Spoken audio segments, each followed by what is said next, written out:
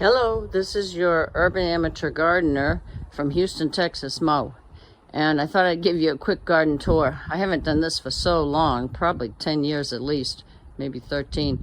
So this is coming in the back gate, and I have rosemary plants over here, rain barrels.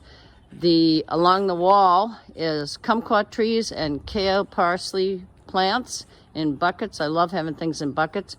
Over here we have a fig tree. I used to have a couple of fig trees growing in the back corner, but they got diseased and died. And I've decided just to keep it in pots. Now in this back area right here, I'm gonna scan, all around the square are blueberry plants. And right now there's a lot of blueberries on them, but they're not quite purple. Got to get out here early in the morning before the birds to get the blueberries.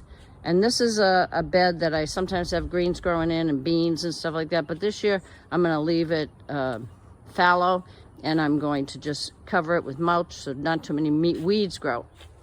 Again, in the back, this area won't get too much sun. It only in the morning, and then halfway during the day it goes into the shade. I keep plants and kale, parsley in buckets back there during the summer because it gets so hot. And this right here, my nephew Drew helped me make this. This is a bee garden. So there's plants that have white and purple flowers, which the bees like, and blue flowers. So in the middle there's African blue basil that's seasonal, and it will grow very tall and bushy. It will outgrow everything back here.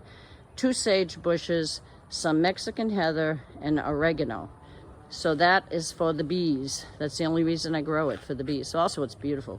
So again, I said these are the blueberries, and let me just walk. So I don't have a lot of different kinds of plants growing anymore because I don't want to spend too much time out here. I decided to make this bed just a sage plant. So there's a small sage growing, and pretty soon it'll be really big. The sage is nice because it attracts bees for the blueberries. Now this I just harvested, so it looks pretty scrawny, but this is kale growing in the compost pit. And that's the mulch I use. I use Living Earth. It's from Houston, Texas. The Microlife is what I use for when I want to use a fertilizer. It's organic. And I made a video this morning with some of this stuff. This is like props from this morning.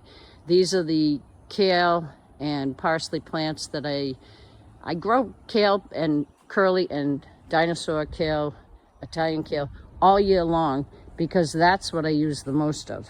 And again, here's another view of the blueberries. And basically, that's how simple I keep the garden.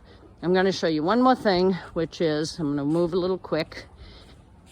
All around the side and the front, well, you know what? I'll do an extra video for that. All right, heading out of the garden. This is your amateur urban gardener, Mo from Houston, Texas, signing off.